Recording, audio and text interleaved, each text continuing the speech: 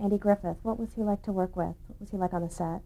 He was the boss of the show, for the most part, and in a very good way. Excellent person, nice person. He has said since they didn't know how to write for me. I don't think that that's true. That's very kind of him to say. I don't think I did. I didn't give them anything to write for, but that was his excuse for that. It was Don Knotts and he that just clicked, and I don't think they ever felt that that was what was going to happen. And we'd sit around the table for the first reading, and Andy would say, "You know, why don't we give Ellie's line to Don and have Don say that?" And so my lines kept taken away, taken away, taken away. But they worked when Don said them. They were funny when Don said them. They weren't funny when I said them. I'm not funny. And, you know, it just worked. It evolved. Don was wonderful to work with. The world of comedy, the world has lost a great person when he passed away a few weeks ago. Dear, dear person. Betty Lynn is a very good friend of mine. We're very close. And I loved Frances Bavier.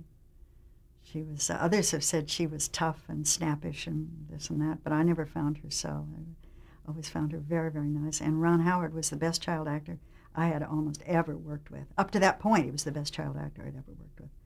And not to take anything away from any other child actor that I have worked with since, he just had something. He was not acting. You were right.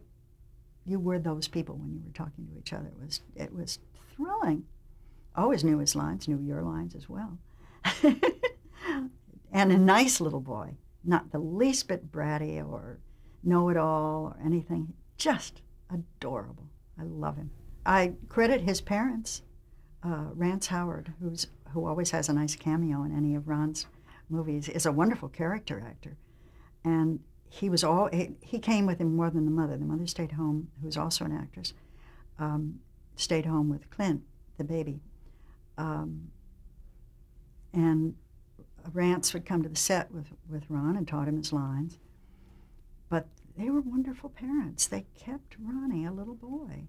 And that's hard to do. He was just a great child. You mentioned the Christmas episode. Did you sing with Andy on that episode? Mm-hmm. What was that like to perform with him? It was scary, and I really didn't. I knew I had to do it, but I kind of didn't want to have to do it, you know.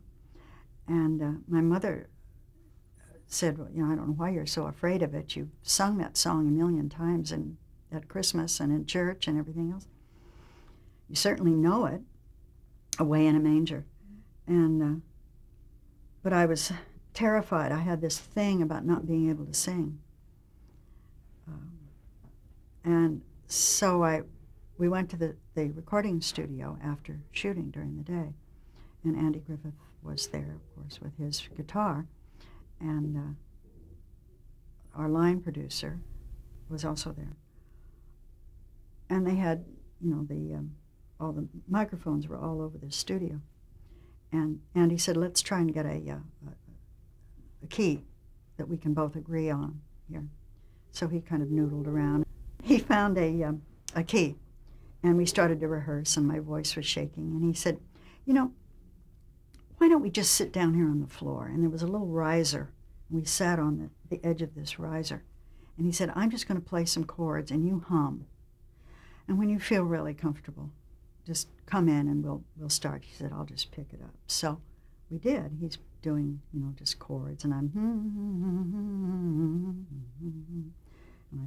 so we started in Away in a Manger. And after we were finished with the song,